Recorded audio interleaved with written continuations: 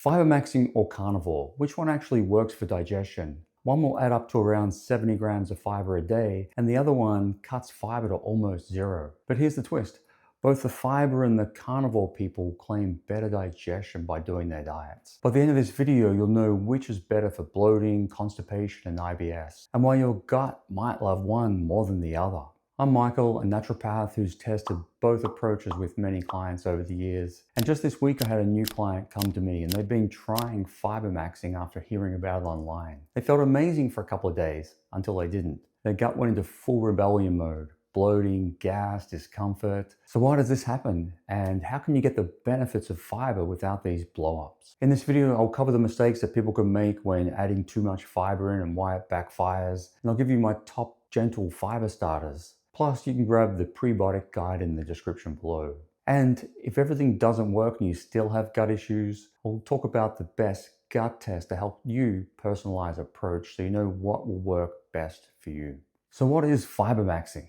Fiber is food for your beneficial bacteria. Prebiotics in foods and supplements like oats, apples, asparagus, lentils, they feed your microbiome and produce something called short-chain fatty acids. These strengthen your gut lining, lower inflammation, and they even help to balance things like blood sugar levels and metabolism. High fiber diets are linked to risk of heart disease, diabetes, and cancer.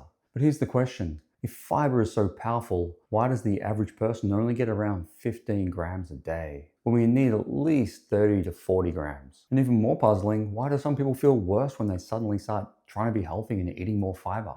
Now, with the carnivore diet, it cuts fiber to almost zero. And for many people with IBS, SIBO symptoms, bloating, gas, this improves the symptoms really fast. That's because there's less fermentation, that means less bloating, urgency, and it's like putting out the inflammation in their gut. And so while you can feel good in the short term, here's the catch. No fiber can help calm the system, but what happens to your beneficial microbes after many months of very limited fiber?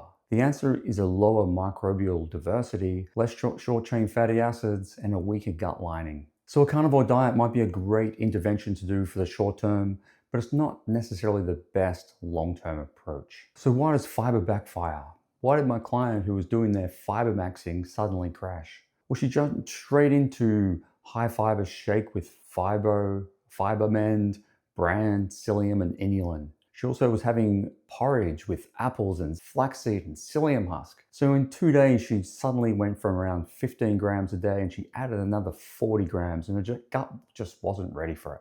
It's like being on a limited diet and you suddenly walk into an all-you-can-eat buffet. The microbes in the gut just start going crazy. And that led to all this pain and gas and bloating.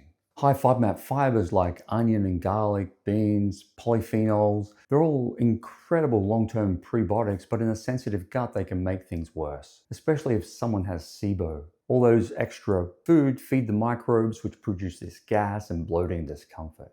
So the smarter path is to start with a low FODMAP diet or a carnivore diet, give the gut a rest, start reducing some of that inflammation down. And there's good research that the low FODMAP diet works at this, but it's not the best long-term diet. The carnivore diet is just like a FODMAP diet on steroids with zero fiber.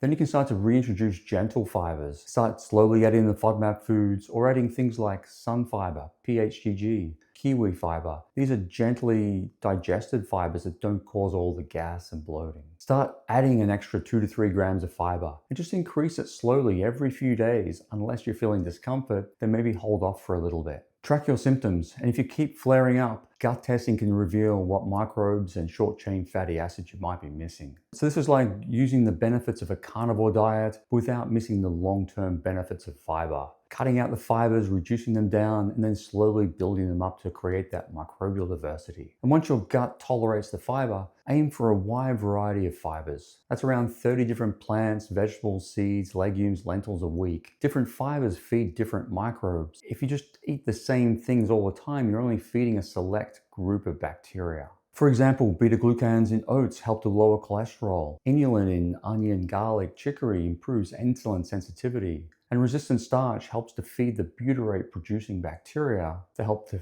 reduce inflammation and heal your gut. So just imagine your gut is like a rainforest. If you only feed or only plant one type of tree, you lose that diversity. So you need to have a variety of different foods to feed the different bacteria. So check the description below and you can download the free guide for the prebiotics. And if your gut's still having problems adjusting to the fiber, or if you've tried everything, check out this video next on the gut zoomer test. This is one of the best tests to understand if you have inflammation, leaky gut, what bacteria may be missing, or do you have too much of the wrong bacteria or pathogens like parasites. Have you tried fiber maxing? Let me know in the comments below if it's worked for you or if you feel better on a low carb, low fiber diet.